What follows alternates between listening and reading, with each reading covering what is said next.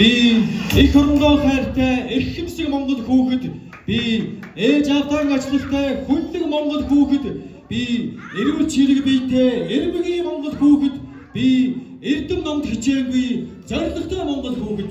Би хатуу бэрхээс халтардаггүй өөдрөг Монгол хүүхэд, би үнэн шударгыг дээдэлдэг хариуцлагатай Монгол хүүхэд, би ажил хөдөлмөр шандамгүй бүтээлч Монгол хүүхэд, би ахан дүүсээ хүндэлдэг ухаанаг Монгол хүүхэд.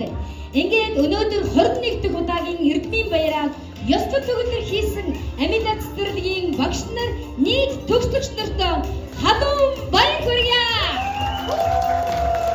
За ихийг өөрийн шавдар минь 1-р ангида сургуулийн эмнэлэг боловсролыг амжилттай дүүргэлээ. Ерөнхий боловсролын сургуультай суралцаад зуныхаа амралтаар агч нартайгаа хамт Амида цэцэрлэгийнхаа цуслан тавтай сайхан амраарай.